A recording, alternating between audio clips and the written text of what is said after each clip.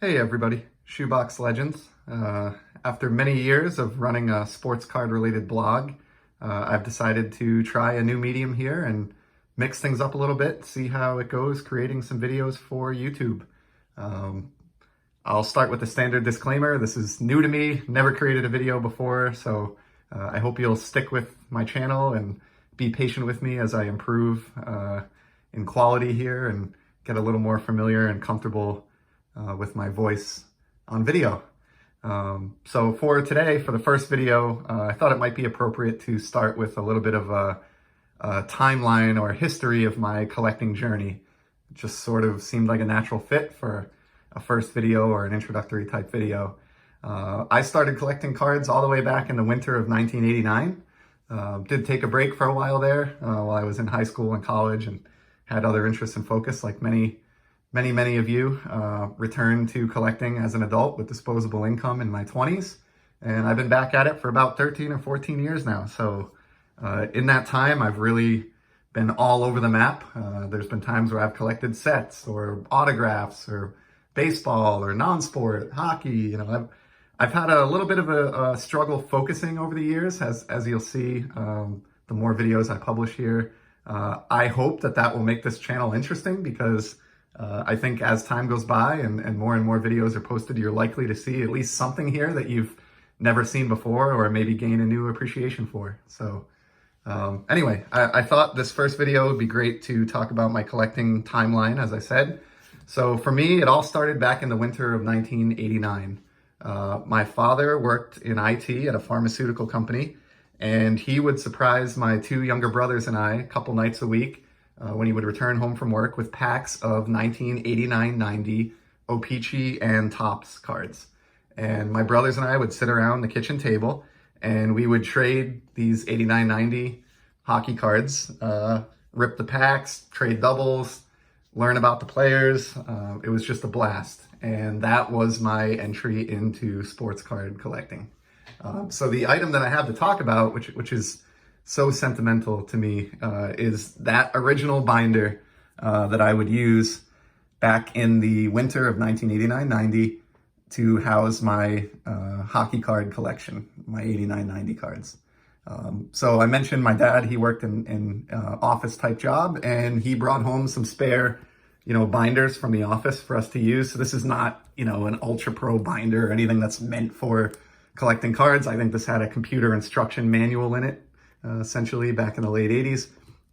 These became our binders. Because he was in IT, we were very early on in terms of having internet and a home computer.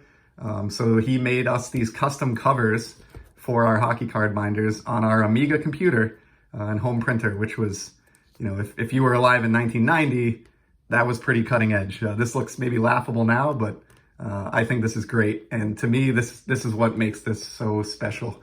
I could sell my entire collection next month and I would always keep this binder on my bookshelf because of the memories that I have, wrapped up in these cards and trading with my brothers way back when. So we'll take a quick look inside. There's nothing that fantastic here. This is not a terribly valuable set if you're familiar with hockey cards. But basically, what I would do is we had a whole bunch of blank pages here.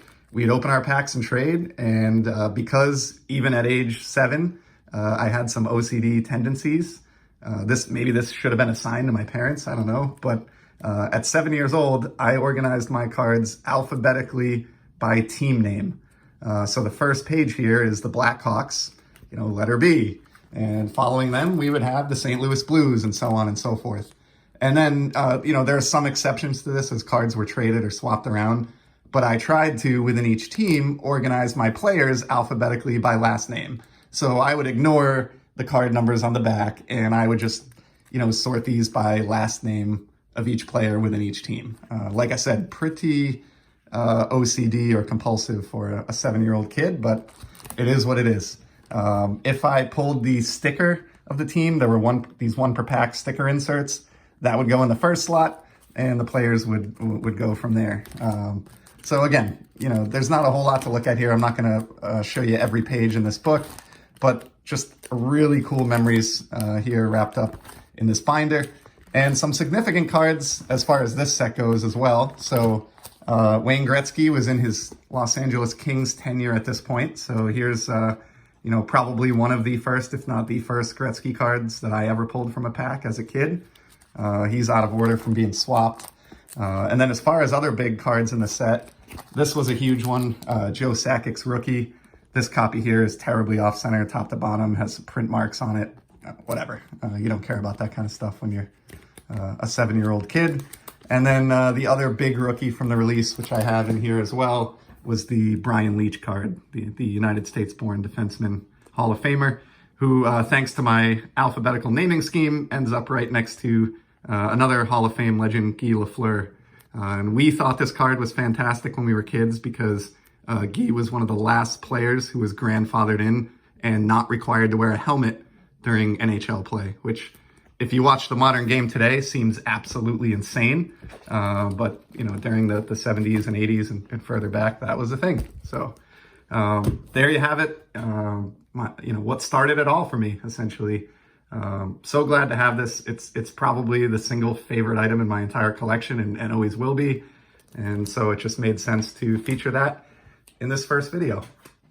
And then, to kind of show how far things have come, in the 30 plus years since I started in the hobby, here is a very recent pickup that I grabbed only last month. And it's easily a top 10 card in my entire collection, 13 years in.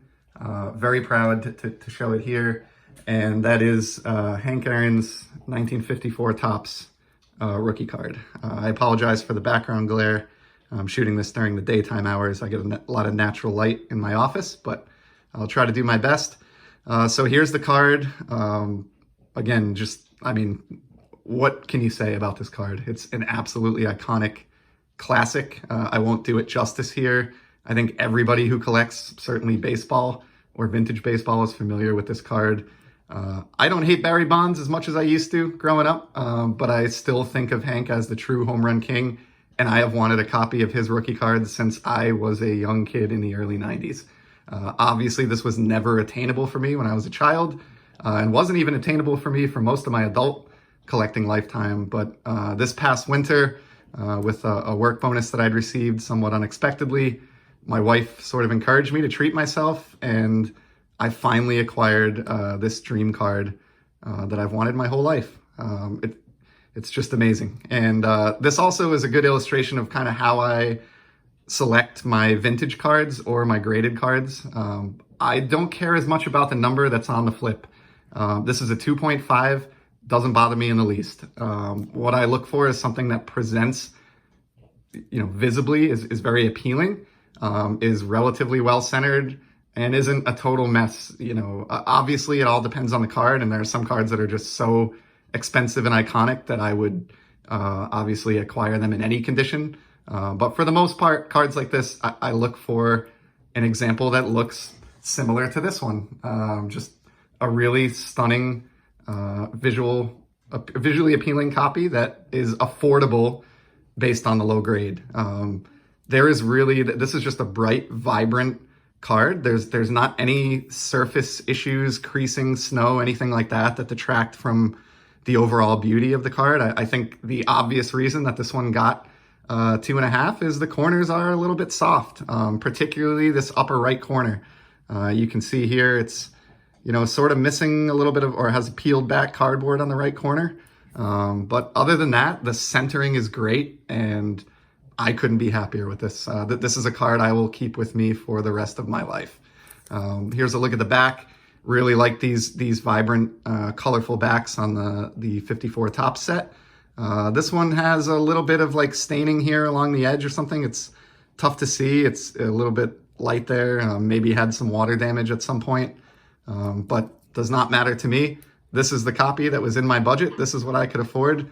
I think it's absolutely beautiful, and I'm very, very excited to have it in my collection. So that's really it for today. I appreciate you taking the time to check out my first video. Certainly more to come, and stay safe and happy collecting.